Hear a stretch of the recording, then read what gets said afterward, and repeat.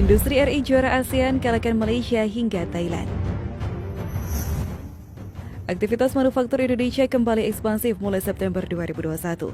Tidak ada lagi kebijakan PPKM ketat membuat kegiatan industri pengolahan bersemi lagi. Pelonggaran PPKM di berbagai wilayah di Indonesia seiring perlambatan laju penularan virus corona memungkinkan sektor kembali tumbuh. Baik produksi maupun pemesanan baru kembali naik setelah 2 bulan beruntun turun cukup drastis.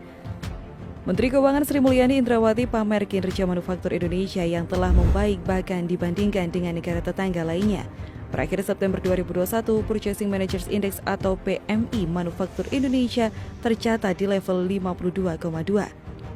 Di Indonesia kita lihat terjadinya ekspansi kegiatan manufaktur yang ditunjukkan dengan PMI Indonesia 52,2. Ini membaik sejalan dengan tertangani COVID-19-nya, tapi ini tidak berarti COVID-19 sudah selesai.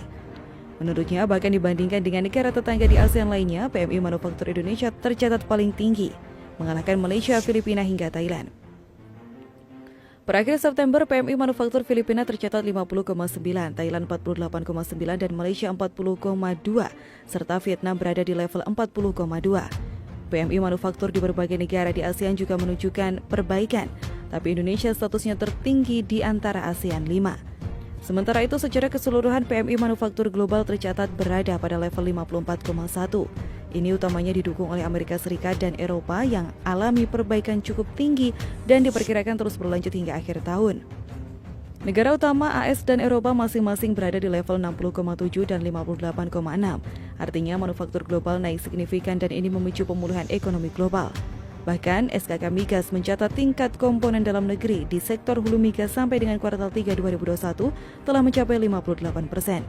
Hal tersebut disampaikan oleh Kepala SKK Migas Dwi Sucipto dalam acara Forum Kapasitas Nasional di JCC. Pihaknya mengatakan total pengadaan barang dan jasa hulu migas mencapai 2,6 miliar US dollar. Adapun nilai TKDN mencapai 1,34 miliar US dollar. Migas tidak hanya penerimaan negara, tapi juga dukung kapasitas industri nasional kuartal 3 TKDN 58% dari total pengadaan barang jasa 39 triliun rupiah. Ini nilainya 23 triliun rupiah. Pencapaian ini di atas TKDN yang telah ditetapkan oleh pemerintah sebesar 50%. Dwi menekankan target TKDN harus bisa dicapai. Bila tidak tercapai, maka perusahaan migas akan mendapatkan penalti. Oleh karena itu, perlu disampaikan terima kasih kepada kontraktor kontrak kerjasama yang sangat amat peduli pada TKDN ini dan komitmennya. Seperti diketahui, pemerintah punya target produksi minyak 1 juta barel per hari dan 12 miliar standar kaki kubik gas per hari pada 2030 mendatang. Dwi menyebut dengan adanya target ini, maka nilai tambah dari kegiatan hulu migas akan terus dioptimalkan. Lebih lanjut, pihaknya menyampaikan di sektor migas sudah ada rencana strategis di mana Renstra ini bertujuan untuk meningkatkan efek berganda. Program lain adalah peningkatan kapasitas nasional ketentuan barang dan jasa dalam negeri sampai level subkontrak. Visi 1 juta BPH imbuhnya sudah disampaikan di dalam lampiran pidato kenegaraan pada 16 Agustus lalu. Demi mencapai target ini, menurutnya pemerintah berkomitmen membuat iklim industri migas menjadi lebih baik, yakni dengan memberikan kemudahan izin dan pemberian insentif. Dengan demikian, target ini bisa dicapai. Pemerintah berkomitmen untuk membuat iklim industri migas dengan berbagai kemudahan izin dan insentif. Bagaimana perusahaan dalam negeri berupaya turut kawal arah kebijakan dan strategi nasional ini tidak akan mundur komitmen ini.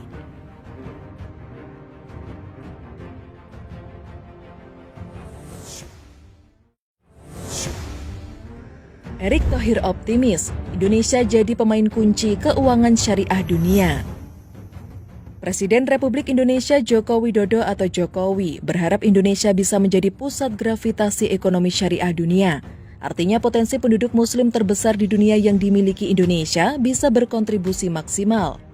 Selain itu, Presiden Jokowi juga meminta Indonesia harus jadi pemain utama dalam industri halal secara global. Dalam peringatan Hari Santri Nasional dan peluncuran logo baru Masyarakat Ekonomi Syariah, Jokowi mengatakan bahwa Indonesia sebagai negara dengan penduduk muslim terbesar di dunia harus jadi pemain utama dalam ekonomi syariah dan industri halal di dunia.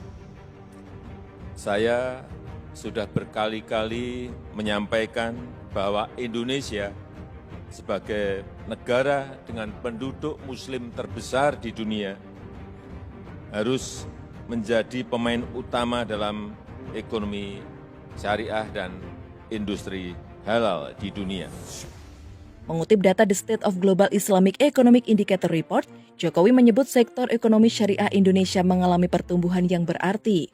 Pertumbuhannya terlihat dari 3 tahun ke belakang, mulai tahun 2018, 2019, dan 2020 sebagai catatan terakhir yang dimilikinya. Kendati demikian, prestasi ekonomi syariah Indonesia tersebut diminta Jokowi bukan sebagai dorongan untuk berpuas diri. Pihaknya meminta perlu ada upaya bersinergi antara pemangku kepentingan. Di samping hal tersebut, Menteri BUMN Erick Thohir menyampaikan berbagai upaya demi mendukung pengembangan produk lokal menembus pasar internasional. Salah satunya dengan membuka cabang MES di banyak negara. Melalui jaringan masyarakat ekonomi syariah atau MES, telah dibuka beberapa cabang di negara lain untuk memasarkan produk Indonesia.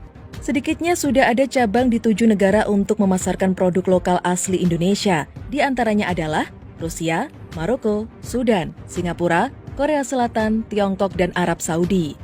Pihaknya mengatakan langkah ini merupakan cara untuk penetrasi pasar dengan memanfaatkan jaringan diaspora yang ada di masing-masing negara tersebut. Sementara itu, untuk pengembangan usaha di dalam negeri, katanya telah melalui beberapa tahap upaya. Misalnya mengenai program Pertasop yang menggait Pertamina untuk membuka 10.000 usaha baru. Tepat dengan momen peringatan Hari Santri Nasional, Menteri Erick Thohir menyampaikan dukungan terhadap program yang bisa membuat santri dan pesantren berkembang di sisi ekonominya. Pihaknya menyebut telah menggelar Halal Fair bersama dengan Bank Indonesia dengan tujuan pengenalan produk lokal unggulan kepada dunia global.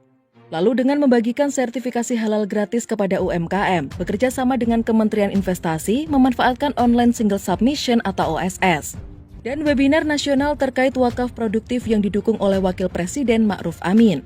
Sementara pada program Pertasop, pihaknya menyebut 2.000 dari total target 10.000 Pertasop diperuntukkan bagi pesantren dan santrinya.